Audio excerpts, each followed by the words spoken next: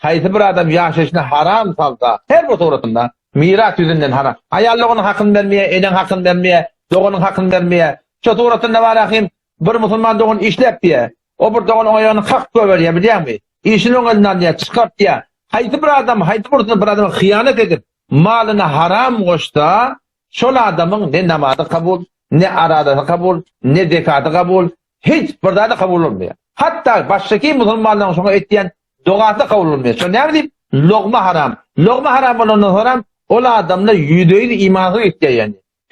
11. ayet, 12. ayet, 13. ayet, 14. ayet. Sure-i Nisa bardan okuyun. Allah tebarek ve teala mirasın hakkında gurur ediptir. Mirasın iyi diyanına çok musulmanlara ettir Huday Teala. Her kim Huday bilen peygamber olmasa, nafermani etse, şöyle Huday doğurdurmasa ebedi cehennem diptir şunun ayetleri. O zaman şu ayetden Allah bilsen haram.